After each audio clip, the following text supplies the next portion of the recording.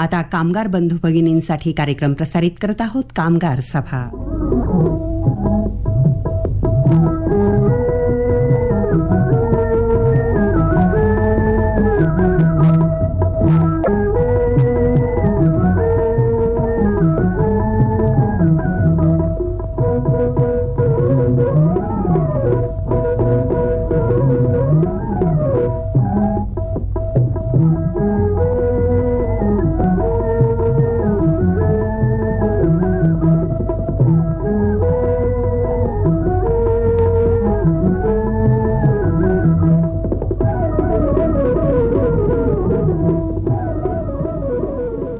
नमस्कार कामगार बंधू भगिनींनो, आज कामगार सभा या कार्यक्रमात आपण ऐकणार आहोत बद्रीनाथ भालगडे यांची मुलाखत.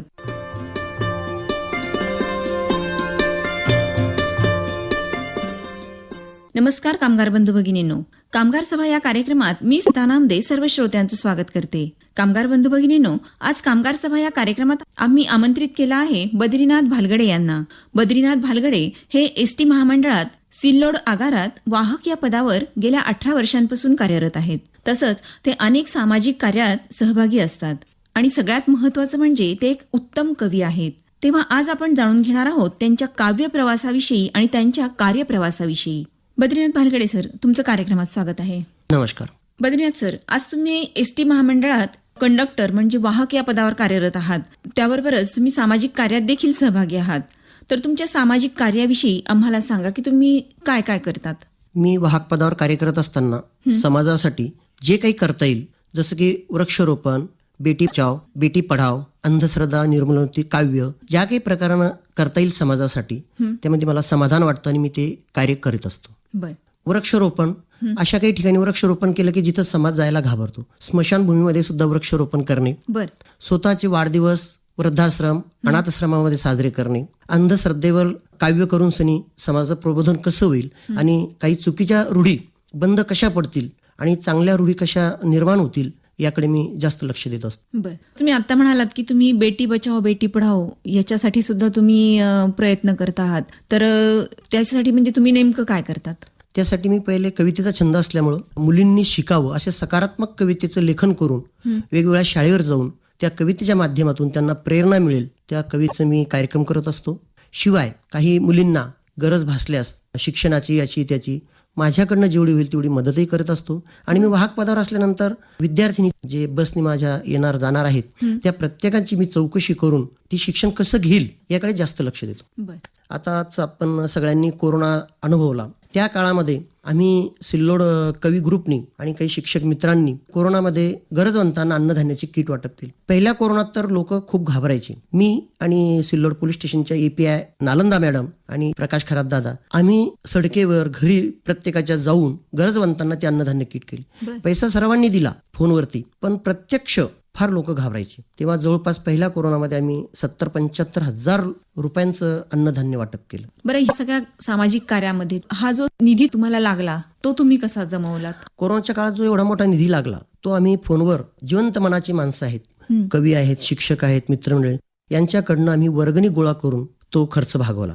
आणि इतर छोट्या मोठ्या जे कामं आहेत माझी ती मी स्वखर्चानं करतो. खूप छान सर. बरं, तुम्ही म्हणालात की तुम्ही तुमचा वाढदिवस आश्रमात वृद्धाश्रमात जाऊन साजरा करतात. तर तिथे गेल्यानंतर तुमच्या भावना काय असतात किंवा तुम्हाला काय जाणवतं? खूप आपलेपणाची जाणीव होते. फार विद्वान लोकांनी म्हटलंय की बाबा वृद्धाश्रम ही संकल्पनाच आपल्या देशाला लागलेली कलंक आहे, पण नाविलाज आहे. तरी सुद्धा आपल्याकडनं जे झालं ते करायचं. वाईट काहीच अनुभव नाही आले. मला अजून चांगलं वाटतं की मी काहीतरी करू शकतो. असाच एक अनुभव सांगू इच्छितो मी की सिल्लोड तालुक्यामध्ये एक वृद्धाश्रम आहे, तिथं मी माझा वाढदिवस साजरा केला. तिथे एक जोडी होती नवरा बायकोंची. तर ते काका वारले, त्यांचा अंत्यविधी आम्ही स्वखर्चाने केला. 1 वर्षाच्या नंतर त्या काकू पण वारल्या. मी माझं कर्तव्य करत होतो वाहकाचं, मला फोन आला. मी म्हटलं मला जमणार नाही यायला. 10चा सकाळचा टाइम होता अंत्यविधीचा. त्यानंतर 5 वाजता पुन्हा एक फोन आला संध्याकाळी की अंत्यविधी झाला नाही, तुम्ही या. अगदी माझ्या त्या वर्दीवरतीच मी तिथं गेलो आणि तो आर्थिक योगदान असेल ते करून तो सगळ्यात मोठा एक वेगळा अनुभव आला की वर्दीवरती मी त्या आईला खांदा दिला. त्या दिवशी माझ्या जीवनातला सगळ्यात मोठा मला समाधानाचा तो क्षण वाटला की कदाचित या आईच्या लोकांनी नातूनी हिला नाकारलं, पण परमेश्वराने हिचा नातू म्हणून मला उभं केलं. मला खूप समाधान वाटलं. खूप छान. पण तुम्ही आज सामाजिक कार्यकर्ता आहात, वाहक पदावर कार्यरत आहात, तर तुम्ही वाहक म्हणून ड्युटीवर असताना तिथे देखील तुम्हाला अनेक अनुभव आले असतील. तर त्यातला एखादा अनुभव सांगा. अनेक अनुभव म्हणजे सर्वसाधारण एक अनुभव सांगतो मी की 1 महिना 15 दिवसात म्हातारी बाई माझ्या चेहऱ्यावर हात फिरवते, म्हणजे तुझ्यासारखा कंडक्टर मिळाला नाही. अरे वा. असे खूप छान छान अनुभव येतात.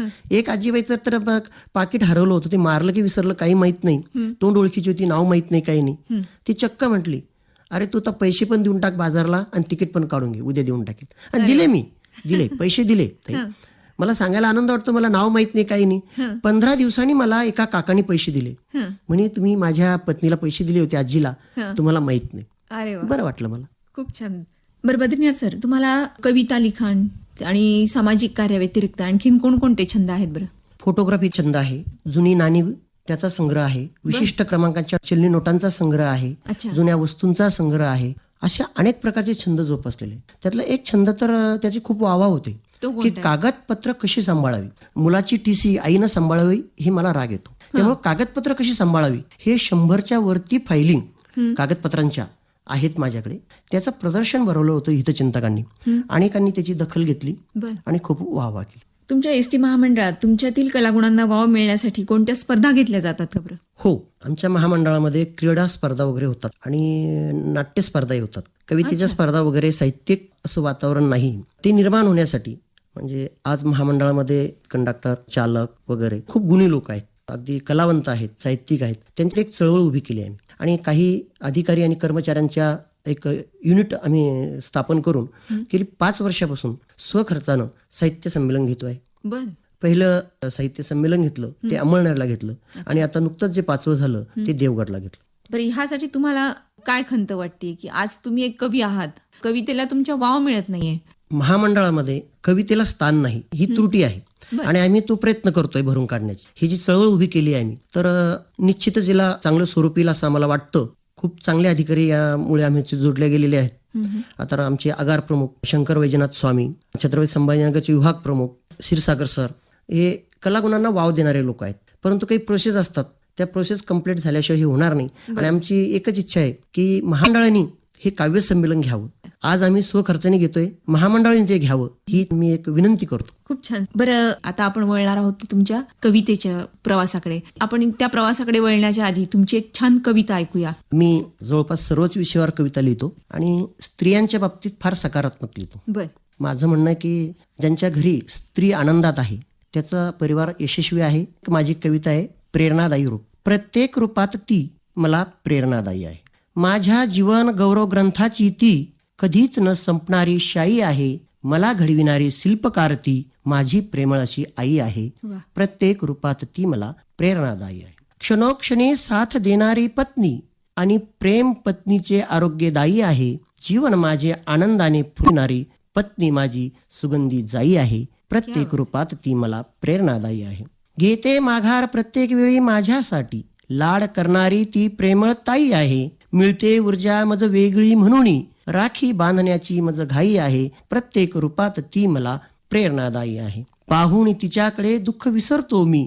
वागणे असे लेकीचे नवलाई आहे. जिव्हाळा तो असे लेकीचा वेगळाच. लेक म्हणजे दुसरी आई आहे. प्रत्येक क्षणी मला ती प्रेरणादायी आहे. प्रत्येक क्षणी हित माझे जोपासणारी मैत्रीण माझी ती यशदायी आहे. महान या स्त्रीचे स्थान पुरुष जीवनी म्हणे बद्रीनाथ प्रत्येक हृदय आहे. प्रत्येक रूपात ती मला प्रेरणादायी आहे. वा वा, खूप छान. तुमच्या ह्या ज्या कविता आहेत त्या कोणकोणत्या आशयाच्या आहेत किंवा कोणकोणत्या प्रकारच्या आहेत? चारोळी वगैरे कविता वगैरे लेखन करताना काही माझ्या स्वतःच्या कल्पना मी निर्माण केलेल्या आहेत. त्यामध्ये एक चौकट काव्य असेल, काव्यहार असेल. काव्यहार म्हणजे कवितेमध्ये मी ज्यांना कविता भेट देतो ते हारासारखे फुलं गुंफणून त्या फुलावरतीच त्याचं अक्षर यावं त्यांचं, त्या आदरणीय व्यक्तीचं, एवढा क्लिष्ट प्रकार मी तो कवितेत मांडलेला आहे. आणि त्या काव्यहाराची फार जणांनी प्रशंसा पण केलेली आहे. चौकट काव्य असेल, चौकट काव्य म्हणजे पहिली वळ, शेवटची वळ आणि साईडच्या दोन्ही अक्षरांची वळ यमकबद्ध, हे पण मी बंदिस्त करून अशा काही चारोळ्या आठवळ्या लिहिलेल्या आहेत. आद्याक्षरावरून लिहिण्यामध्ये माझा हातखंडा आहे. तो प्रकार काय आहे? तो प्रकार म्हणजे एखाद्या आदरणीय व्यक्तीला कविता भेट द्यायची असेल, लग्न असेल, वाढदिवस असेल, तर मी त्या सन्मान्य व्यक्तीचं नाव आद्य अक्षरामध्ये पहिलं अक्षर घेऊन पूर्ण कविता यमकबद्ध व्यवस्थित लिहून स्वखर्चानं फ्रेम करून घरी नेऊन देतो.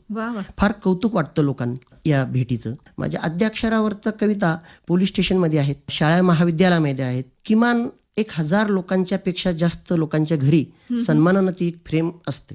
आद्याक्षरून लिहिण्यामध्ये जो हातखंडा आहे त्यामध्ये काही प्रकार मी निर्माण केलेले आहेत. जसं की आता विरोधाभास चारोळी.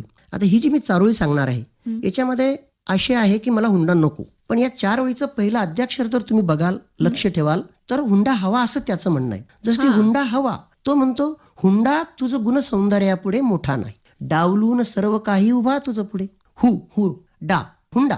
हुंडा तुझं गुण सौंदर्यापुढे मोठा नाही, डावलून सर्व काही उभा तुझं पुढे. हरलो फक्ती वडला समोर, वाद कशाला समजून घे ना गडे.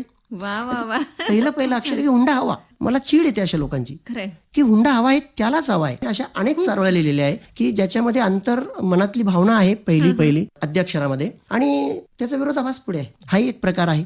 पलटी चारोळी माझ्या निर्मितीचा एक प्रकार आहे की पहिली चारोळी जी आहे ती सन्मानाची राहील आणि दुसरी चारोळी ती अवगुणाची राहील. पहिली गुणाची आणि दुसरी अवगुणाची. अच्छा. मी लिहिलंय, तिने कमावलेलं कलागुणाचं वर्चस्व पुरुष म्हणून तुम्हाला का खपू नये. तिने कमावलेलं कलागुणाचं वर्चस्व पुरुष म्हणून तुम्हाला का खपू नये, आणि थकत असेल ती संसारासाठी तर बायकोचे पाय का चपू नये. अगदी वरच्या टोकाला जाऊन मी अगदी खरी भावना मांडलेली आहे. पण याची पलटी चारोळी, प्रत्येक स्त्री चांगली असते असं नाही, थोडेफार वेगळेपण असते. तर पलटी चारोळी, करत असेल जीवापाड प्रेम ती तर बायकोच्याच प्रेमात का पडू नये. करत असेल जीवापाड प्रेम ती तर बायकोच्याच प्रेमात का पडू नये, आणि करत नसेल सेवा सासू सासऱ्यांची तर बायकोला घराबाहेर का काढू नये. म्हणजे असे जे प्रकार आहेत समाजातले, समाज प्रबोधन, एक संदेश आणि विरोधाभास, हे सगळं एकत्रित आणलंय. या एकत्रित आणण्यामध्ये बऱ्याच दिग्गजांनी, साहित्यिकांनी या प्रकाराचं पाठ थोपटलेली आहे. खूप छान. तुमच्या लिखाणात हा वेगळेपणा खरंच तुम्ही म्हटला तसं ही तुमची स्पेशालिटी म्हणता येईल आपल्याला. ते चंद्रहार म्हणा किंवा ही पलटी चारोळी किंवा अद्याक्षरावरून तुम्ही कविता तयार करता, चारोळ्या तयार करता आहात. हा जो प्रकार आहे हा तुमची स्पेशालिटी म्हणता येईल आपल्याला थोडक्यात. खूप मस्त सर. आज हा एक वेगळाच प्रकार तुम्ही कवितेचा निर्माण केलेला आहात. त्याची प्रेरणा तुम्हाला कुठून मिळाली? कवितेची प्रेरणा म्हणाल तर कडूच म्हणावं लागेल. वडील आध्यात्मिक क्षेत्रामध्ये असल्याने शिवनाथ महाराज म्हणून एक चांगलं वलय आहे, परंतु प्रसिद्धीची हवा नसल्यामुळे त्यांचं साहित्य प्रकाशित नाही. त्यांनी हिंदी, मराठी भजनं लिहिलेली आहेत. ज्ञानज्योती नावाचा ग्रंथ लिहिलेला आहे. अरे वा. आणि ते शिवनाथ महाराज म्हणजेच आमचे वडील, अच्छा. त्यांच्यापासूनच ही प्रेरणा मिळाली. आणि नंतर मग मी माझ्या कल्पना त्याच्यामध्ये टाकत गेलो. अरे वा. आणि मित्र मंडळी, जे काही सकारात्मक लोक आहे, त्यांनी पाठीवर हात ठेवून लढ म्हणा या ओळीप्रमाणे मला सपोर्ट करत गेले. आणि मी या काव्य प्रकारात हे जे नवीन प्रकार आहेत, काव्यहार, काव्य चौकट, पलटी चारोळी, ते मी मांडत गेलो आणि ते लोकांना आवडत गेलं. खूप छान. तुम्ही प्रबोधनाचं कार्य करतात. अशी समाज प्रबोधनासाठीची कोणती कविता तुम्ही आपल्या श्रोत्यांना ऐकवाल? समाजातील ज्वलंत प्रश्नावर अनेक कविता लिहिलेल्या आहेत. ही कविता मी 25 वर्षापूर्वी लिहिलेली. तेव्हा लिहिलेली माझी कविता मला असं वाटतं प्रत्येक ओळ तंतोतंत आज खरी ठरते. ती कवितेचं नाव होतं यापुढे यासारखे. प्रत्येकालाच हवा मुलगा, होणार किती असमतोल. प्रत्येकालाच हवा मुलगा, होणार किती असमतोल. दूर नाही तो दिवस, मग संस्कृतीला असेल शून्य मोल. आता मिळते आहे हुंड्यासोबत गुण सौंदर्य अनमोल. आता मिळते आहे हुंड्यासोबत गुण सौंदर्य ते अनमोल. राहू नये अविवाहित म्हणून मुलालाही द्यावे लागेल मूल. वातील मग समानतेचे वारे, क्षणापुरता असेल हा समतोल. शेवटी मुलगाच हवा प्रत्येकाला, सांगा मग कसा राहील समतोल. नसेल मग कोणताच मार्ग, नात्यालाही शून्य असेल मोल. नसेल मग कोणताच मार्ग, नात्यालाही शून्य असेल मोल. नाविलाजास तो जाईल अनेकांचा मानसिक तोल. समाज प्रबोधनामध्ये जे जे विषय येतात त्या प्रत्येक विषयावर मी लिहिण्याचा प्रयत्न केला. शासनाने पण मराठी भाषा गौरव दिन सुरू केलाय, तर मी मराठी भाषेबद्दल 2 ओळी कविता सांगू शकतोय. भाषा आपली. परकीय भाषेची आपणास ओढ फार आहे, परकीय भाषेची आपणास ओढ फार आहे, म्हणून घरात आपुल्या मराठी थोडी फार आहे. मुलांच्या भविष्यासाठी आपण झटतो फार आहे, मुलांच्या भविष्यासाठी आपण झटतो फार आहे. मुले ती सोडून मराठी शिकली फार आहे. आजी आजोबांसाठी ज्यांचे उघडे दार आहे, आजी आजोबांसाठी ज्यांचे उघडे दार आहे, घरात त्यांच्या खजिना मराठीचा फार आहे. बोलणे लिहिणे जेव्हा मराठीतच आपण करणार आहे, भाषा मराठी आपली तेव्हाच तर टिकणार आहे. वा वा. शुद्ध मराठी भाषेतच आता मी बोलणार आहे, या मराठीसाठी हा बद्रीनाथ तेवढे करणार आहे. वा वा, क्या बात आहे. बरं, मग अशी तुम्ही म्हटलात की तुम्ही चारोळ्या देखील लिहितात. आपल्या श्रोत्यांना काही तुमच्या चारोळ्या ऐकवा ना. महिलांबद्दल मी जास्तीत जास्त लिहिण्याचा प्रयत्न करतो. सुदैवानं मला बायको पण चांगली मिळालेली आहे. बायको नावाची चारोळी. करण्या कार्यसिद्धी कोणतीही, करण्या कार्यसिद्धी कोणतीही, मनस्थिर आणि अंगी बळ पाहिजे. मनस्थिर आणि अंगी बळ पाहिजे, मिळविण्यासाठी अधिकचे यश घरात बायको प्रेमळ पाहिजे. खरंय. आई वडिलांना मुलं सांभाळत नाही. एक सन्मान नावाची कविता. वाटत असेल मुलांनी आपल्या, सांभाळावे म्हातारपणी तुम्हाला. वाटत असेल मुलांनी आपल्या, सांभाळावे म्हातारपणी तुम्हाला. घरात आपल्या जागा सन्मानाची द्यावी आपल्या माता पित्याला. किंवा आपण सासू सून म्हणतो. सून म्हणून तू थोडं समजून घ्यावं, सासूला आपल्या थोडं प्रेम द्यावं. ऐकेल नवरा मग तुझं सारं काही, मनासारखं तू राज करून घ्यावं. वा वा, साधी गोष्ट आहे. खूप साधी गोष्ट आहे आणि खूप महत्वाची गोष्ट आहे. आणि सकारात्मक ज्याला म्हणतो आपण. एवोत किती अडचणी आणि संकटे जीवनात माझ्या, एवोत किती अडचणी आणि संकटे जीवनात मी कदापि हरणार नाही, आणि जीव लावणारा असे परिवार माझा, म्हणून आत्महत्या मी कधी करणार नाही. खूप छान. पण ह्या सगळ्या तुमच्या कार्यामध्ये तुमच्या घरच्यांची साथ तुम्हाला कशी असते बरं? पूर्णपणे. म्हणजे मला सांगायला आनंद वाटतो की 18 वर्षामध्ये काहीच बायको सोबत 1 तासापेक्षा जास्त वाद झालेला नाही. तिने मला एकदा सहज म्हटलं होतं की माझ्यावरती कविता लिहा. मी फक्त 2 ओळी लिहिलेल्या होत्या. अगं वेडी मी तुझ्यासाठी काय लिहू, अगं वेडी मी तुझ्यासाठी काय लिहू, आपण फक्त एकमेकांना सुखात पाहू. वा वा. बरं, आतापर्यंत तुम्ही ज्या कविता लिहिल्यात तर त्याच्यासाठी तुम्हाला काही पुरस्कार मिळालेत का? वेगवेगळ्या सामाजिक संस्थेने सन्मानपत्र, ट्रॉफी आणि पुरस्कार वगैरे पण मिळालेले आहेत. कौतुकानं सांगावंसं वाटतं की वाहक कर्तव्य करत असताना, प्रवाशांची सेवा करताना मला लाल परीनं फार काही दिलं. आणि आता नुकतीच अमळनेरला जे साहित्य संमेलन झालं अखिल भारतीय, कवी कट्ट्यावर माझी मुंबईतील जगणं या कवितेची निवड झाली होती आणि खूप प्रशंसाही झाली. तो माझ्या जीवनातील सगळ्यात सुखद पुरस्कार मी मानतो, समाधानाचा. तर ती कविता आपल्या श्रोत्यांना ऐकवा. मुंबईतील जगणं ही कविता मुंबई सारख्या शहरामधली कविता आहे की जिथे जागेचा महत्वाचा प्रश्न आहे. बगीच्यात हे जे प्रियकर प्रेयसी असतात याला समाज नाव ठेवतो. मला प्रश्न पडला की यांनी इथं नाही तर कुठं बसायचं. या कल्पनेतून ही कविता निर्माण झाली. तो विचार करीत नाही तुमचा आणि तुमच्या संस्कृतीचा, तो विचार करीत नाही तुमचा आणि तुमच्या संस्कृतीचा, कारण त्याला वीट आलाय यंत्रवत काम करण्याचा. त्याला जागा मिळत नाही घरात निवांत झोपायला, त्याला जागा मिळत नाही घरात निवांत झोपायला, आणि वेळही मिळत नाही मनसोक्त एकमेकांशी बोलायला. म्हणून तो जागा निवडतो सार्वजनिक ठिकाणची, म्हणून तो जागा निवडतो सार्वजनिक ठिकाणची, आणि झोकून देतो स्वतःला तिच्या मिठीत खुल्याम, परवा न करता कुणाची. आणि त्याचे हे कृत्य तुम्हा आम्हा वाटते किळसवाणे आणि लाजीरवाणे, आणि त्याचे हे कृत्य तुम्हा आम्हा वाटते किळसवाणे आणि लाजीरवाणे, परंतु त्याचे त्यालाच माहीत आहे मुंबईतील हे वेदनादायी जगणे, मुंबईतील हे वेदनादायी जगणे. खूप छान. तुम्ही आज वाहक पदावर कार्यरत असताना तुम्हाला रोज वेगवेगळे लोक भेटतात आणि तुम्ही एक कवी तर आहातच. कवी म्हणजे शेवटी तिथे सुद्धा तुमचं जागृत होत असेल. तर अशा खूप अनेक कविता असतील ज्या तुम्हाला तुमचं कार्य करत असताना त्या स्फुरलेल्या असतील कविता. त्याबद्दल काय सांगाल? त्याबद्दल मी सांगेल की कवीला कोणताही दृश्य दिसलं किंवा काही घटना घडली तर संवेदनशील मनाचं ते लक्षण आहे की तिथं ते शब्द सुचतात. काव्य संमेलन उभं राहिल्यानंतर मी चारोळी सांगत असतो स्वतःची ओळख. तर ती चारोळी सांगू इच्छितो मी की सर तुम्हा सर्वांपेक्षा मी खूप प्रसिद्ध आहे, सर तुम्हा सर्वांपेक्षा मी खूप प्रसिद्ध आहे, याचा अर्थ मी विद्वान आहे असं समजू नका. सतत पुढे चला असा सकारात्मक मंत्र देणाऱ्या या कंडक्टरला साधं सुद्धा समजू नका. क्या बात आहे. खूप ही माझी ओळख. इतर ठिकाणी जेव्हा कार्यक्रमाला जातात तेव्हा तुम्ही येथून तुमची सुरुवात करतात, पण आजच्या कार्यक्रमात आज तुम्ही शेवट केलेला आहात. खूप छान. तुमच्या या सगळ्या कार्याबद्दल आणि आज तुम्ही आकाशवाणीत आलात, आपल्या श्रोत्यांना सुंदर कविता ऐकवल्यात त्याबद्दल आकाशवाणीच्या वतीनं मी तुमचे आभार मानते. धन्यवाद सर. धन्यवाद.